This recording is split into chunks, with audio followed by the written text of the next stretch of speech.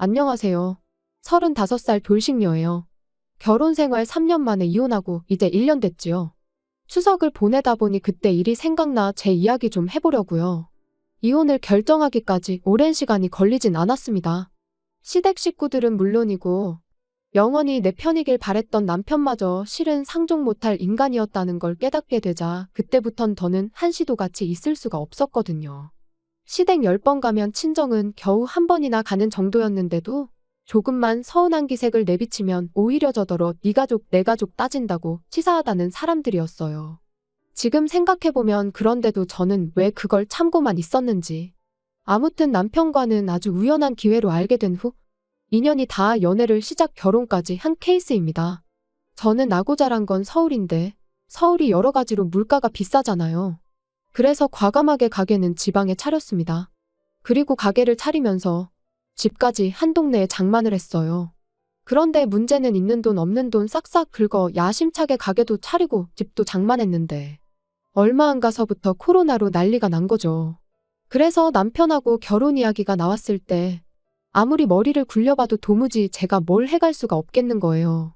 그래서 남편더러 내가 돈은 없고 집은 있으니 내 집에 들어와서 살라고 했습니다. 남편이 모아둔 돈은 일단 그냥 가지고 있다가 다음에 이사를 간다던가 어디 목돈 들어갈 일이 있을 때 쓰자면서요. 그런데 지금 생각해보면 제가 너무 단순했습니다. 매사 좋은 게 좋은 거다 하고 넘어간 것도 문제였고요. 특히 시댁이 한 동네에 있다는 걸 그땐 왜 그렇게 개의치 않았는지.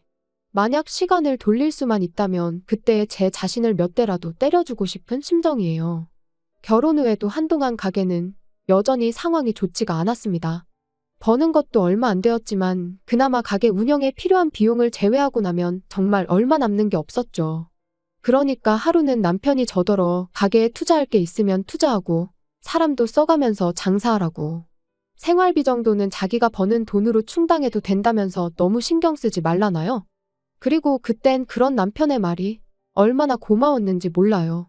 그래도 내 생각해주는 건 이 사람밖에 없구나 싶었으니까요.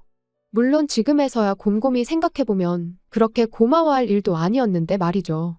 막말로 이유가 어찌됐건 저는 집이라도 들고 결혼했지 남편은 돈 얼마 모아놓은 거 있다고. 그 이유 하나로 다른 건 아무것도 안 해오고 맨몸으로 장가를 왔으니까요. 그러니 어찌 보면 생활비 정도는 남편이 혼자 낼 수도 있는 거였는데 아무튼 그때는 이런 생각은 못하고 그저 남편에게 고마운 마음이었어요. 그리고 그 때문인지 언젠가부턴 남편한테 괜히 눈치가 보이고 미안했었죠. 그래서 남편이 주말마다 시댁에 같이 좀 가자고 하면 군말 없이 따라가곤 했는데 언제부턴가 다른 식구들은 다 노는데 저만 일을 하고 있더라고요. 그리고 나니까 가뜩이나 장사하느라 일주일에 하루밖에 못 쉬는데 그 하루를 왜 시댁에서 보내야 하는 건지 부당하단 생각이 드는 거예요. 그래서 남편한테 매주 주말마다 시댁에 가는 게 힘들다고 했습니다. 그랬더니 자고 오는 것도 아닌데 그게 왜 힘드냐는 거예요. 그래서 그러면 시댁에 가는 만큼 친정에도 한 번씩은 가자고 했더니 저희 친정은 너무 멀다면서 싫은 티를 대놓고 내는 게 아니겠어요? 그리고 이후로 몇 번의 언쟁 끝에 어쨌든 남편이 친정에 같이 가주기는 했습니다만 정말이지 하다못해 저희 부모님한테 말 한마디 먼저 거는 법이 없었어요. 그저 저희 어머니가 차려주는 밥 받아 처먹고 넋놓고 TV 보는 게 다였으니까요. 그리고 이후로도 두세 번 정도 저희 친정에만 가면 늘 그런 식으로 행동하는 남편을 보고 있자니 정 떨어진다는 말이 무슨 뜻인지 알겠더라고요. 그래서 그때부턴 속된 말로 이꼴저꼴 다 보기 싫어서 혼자 친정에 다녀오기 시작했습니다. 그랬더니 남편이 하루는 생활비를 운운하더라고요. 그래서 두말 않고 그때부턴 남편하고 똑같이 부담하기 시작했어요. 남편이 생활비라고 100만 원 내놓으면 저도 100만 원 내놓는 식으로요. 그리고 경제적으로 남편에게 미안한 마음이 사라지니 허구한 날 시댁에 가자는 남편의 요구도 당당히 거절할 수 있었죠. 아무튼 그러다 결정적인 사건이 벌어진 건 작년 추석이었습니다. 좋은 회사는 명절이면 돈을 준다던데 저희 남편은 늘 선물 세트를 받아오곤 했어요. 왜? 마트에서 파는 참치 세트 같은 거 말이죠. 그리고 작년엔 스팸이었어요. 퇴근한 남편이 명절 선물이라며 스팸 세트를 식탁 위에 올려놓는데 문득 지난해에도 스팸이었던 게 떠올랐습니다. 그래서 정말 별 생각 없이 올해도 또 스팸이네 하고 한마디 했거든요. 맹세코 어떤 악의도 없이 한 말이었어요. 그런데 어째선지 남편이 갑자기 열을 내면서는 너는 뭐 이런 거 받아올 때나 있냐며 짜증을 내대요. 받아오면 그냥 고맙다 하고 먹으면 될 것을 괜히 쓸데없는 소리를 한다면서요. 그리고는 자기가 그나마 안정적인 회사를 다니고 있으니까 제가 마음 놓고 장사를 하는 거라며 당장 자기보다 돈 얼마 더 번다고 기고만장하지 말라며 방으로 들어가는데 생각지 못한 남편의 반응에 당혹스러웠습니다. 스팸을 스팸이라고 하는 게 이렇게 사람을 열받게 만들 줄은 상상도 못했으니까요. 그런데 남편은 이후로도 며칠 동안 저한테 말도 안 걸고 말 그대로 개무시를 했어요. 그리고 그런 남편을 보고 있자니 어찌나 기가 막히던지. 아무리 생각해도 저는 제가 뭘 잘못한 건지 도무지 납득할 수가 없었습니다. 솔직히 까놓고 말해서 문제라면 남편 본인이 느낀 남들이 명절이라고 현금 보너스 받아올 때 자기는 스팸을 받았다는 자격지심이 문제였던 것 같은데 그게 제가 사과할 일은 아니라는 생각이었거든요. 그래서 저도 똑같이 남편을 없는 사람 취급하고 개무시를 했어요. 그랬더니 저희의 냉전은 결국 아무런 진전 없이 추석 연휴까지 이어졌지요. 추석 연휴가 시작되면서 화해는 아니더라도 어쨌든 괜찮은 척은 해야 하지 않을까 싶었습니다. 그래서 사과까지는 아니라도 남편이 먼저 물어보면 못 이긴 척 시댁도 가고 그럴 생각이었어요. 그런데 남편은 뭐가 그렇게 화가 난 건지 시댁마저 혼자 가대요. 게다가 그 와중에 회사에서 받아온 스팸 세트 챙겨가는 모습이란 그뿐만이 아니었습니다. 기껏 현관 밖을 나서면서 한다는 말이 통보하듯 나 먼저 엄마 집에 가 있는다 였는데 아무리 생각해도 자기 먼저 어머님 댁에 가 있을 테니 너도 곧 따라오란 뜻으로밖에 들리지가 않았죠. 그런데 그깟 스팸 소리 하나로 며칠 동안 절 개무시한 인간이 시댁까지 혼자 가서는 퍽이나 저에 대해 좋은 소리를 하겠어요?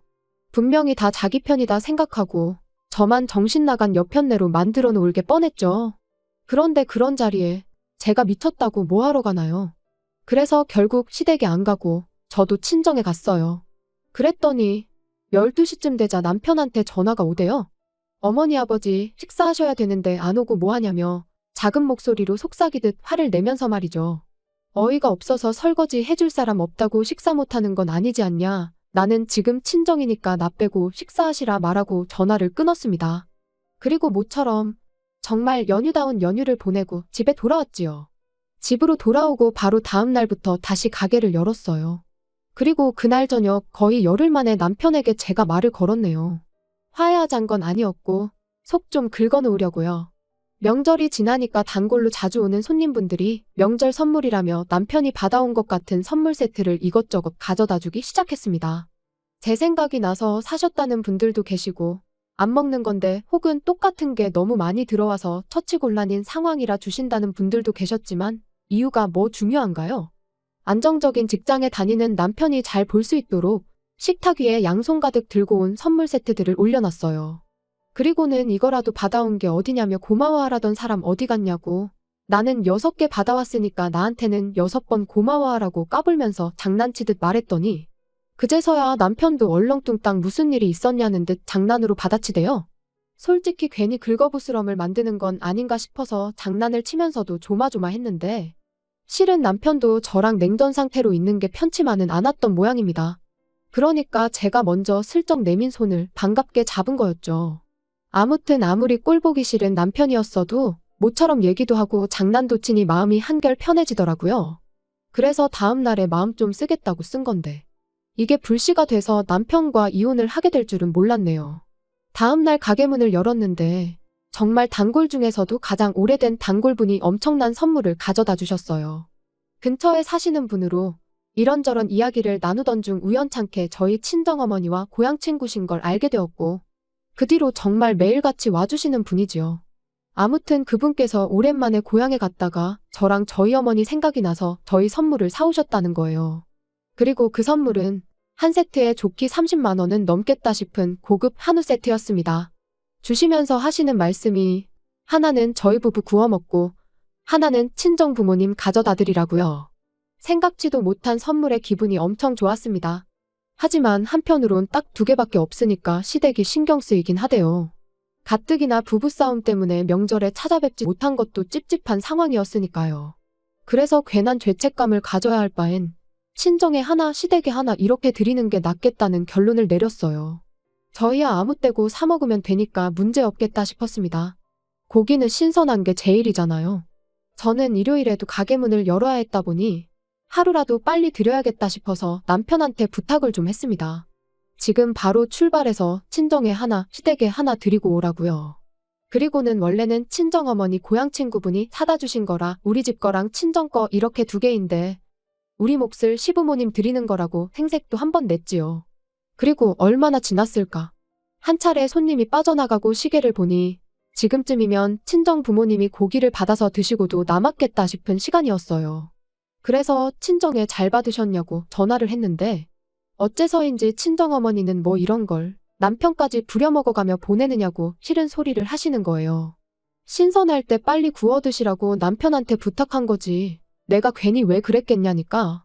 친정어머니께선 의아하다는 듯 요즘 통조림은 신선한 통조림도 나오냐는데 그리고 그제서야 알게 된 건 남편이 한우 세트가 아닌 스팸 세트를 주고 갔다는 사실이었습니다. 심지어 그마저도 열어보니까 어떻게 된 건지 두 캔이 비어 있었다면서요. 정말 화가 머리끝까지 차오르는 기분이었습니다. 그래서 그 길로 가게 문 닫고 시댁으로 향했어요. 제 인생에서 시댁 가까운 걸로 이득 본 건 그날이 처음이자 마지막이었죠. 아니나 다를까 시댁 현관 밖에서부터 소고기 냄새가 펄펄 풍겨왔습니다. 문 열고 들어가니 20인분은 좋게 됐을 그 많은 고기를 시부모님과 남편 셋이서 다 구워 처먹고는 배부르다고 몸도 제대로 가누지 못하며 바닥에 드러누워 있더라고요. 남편한테 이게 뭐하는 짓이냐 따졌더니 제가 자초한 일이랍니다. 세상 어느 며느리가 명절에 시댁을 안 가냐면서 시댁 무시하면 어떻게 되는지 자기가 저한테 참 교육해준 거라나요? 그리고는 뚫린 입이라고 덧붙이길 그래도 자기라도 되니까 스팸이라도 가져다 드린 거라며. 고기도 먹어본 사람이 먹는 거지 장인 장모님이 한우를 언제 드셔보시기라도 했겠냐고. 그건 한우에 대한 예의가 아니라는데 저 인간이 지가 지금 뭔 소리를 하는 건지 알고 짓거리는 건가. 도대체 뭘 잘못 처먹었나 싶었어요. 게다가 자식이 말도 안 되는 개소리를 쏟아내는데 시부모님은 민망해하시긴커녕 뭐가 그렇게 재밌는지 킥킥대면서 같이 웃고 계실 뿐이었지요. 그때 깨달았죠. 내가 인간도 못 되는 사람들하고 가정을 이루고 살고 있었구나 하는 사실을요. 고기 20인분 맛있게 드셨냐고. 이게 내가 아내로서 며느리로서 드리는 마지막 식사라고 생각하시라고만 간단히 말하고 시댁을 나왔습니다. 그랬더니 그제서야 분위기가 심각해진 걸 깨달았는지 남편이 집 밖으로 뛰쳐나와 장난친 건데 왜 그러냐며 절 잡대요.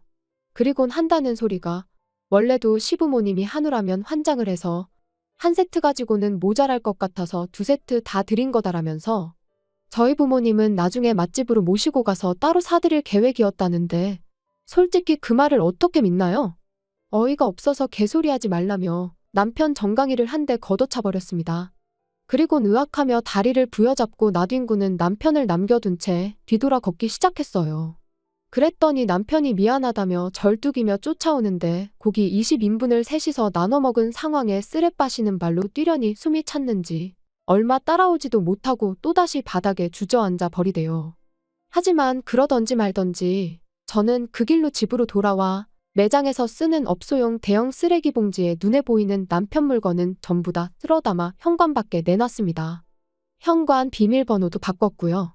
그리고 한 2시간쯤 지났나 남편이 현관문을 두드리며 문 좀 열어보라고 얘기 좀 하자는데 현관문 밖에다 대고 나는 아까 말한 대로 월요일 되는 대로 이혼수속 밟기 시작할 거니 현관 밖 당신 짐이나 챙겨서 꺼지라고 했습니다. 그리고 한 번만 더 찾아오면 나도 당신 회사에 쫓아가서 똑같이 할 거라니까. 더는 집으로도 가게로도 찾아오지 않더라고요. 이후로 시부모님한테도 몇 번 전화가 오긴 했지만 싹 다 무시했고요. 그랬더니 결혼 초반에 생활비 어쩌고 하며 헛소리를 하대요. 그래서 너는 대신 내 집에 공짜로 얹혀 살지 않았냐. 나 그때 시댁에서 노비처럼 일한 건 생각 안 나냐 하니까 또 입국 다물고. 그래서 결국 별탈 없이 이혼했습니다. 사실 변호사님 말로는 소송으로 갔다가 재산분할 신청이 들어오면 골치가 아플지도 모른다고 했는데 남편이 지레 겁먹고 협의 이혼에 동의해줘서 다행이었죠. 지금 생각해보면 저희 친정에서 싸가지 없게 행동하는 걸 처음 봤을 때 그때 정강이 걷어차고 이혼을 했었어야 되었던 거 아닌가 하는 생각도 듭니다. 하지만 이제 와서 후회해서 뭐 하겠나요? 이제라도 어쨌든 남남이 되었으니 다행이죠 뭐. 벌써 1년이 지난 일인데 어제 일처럼 생생해서 그냥 이렇게 사연으로 보내봤습니다.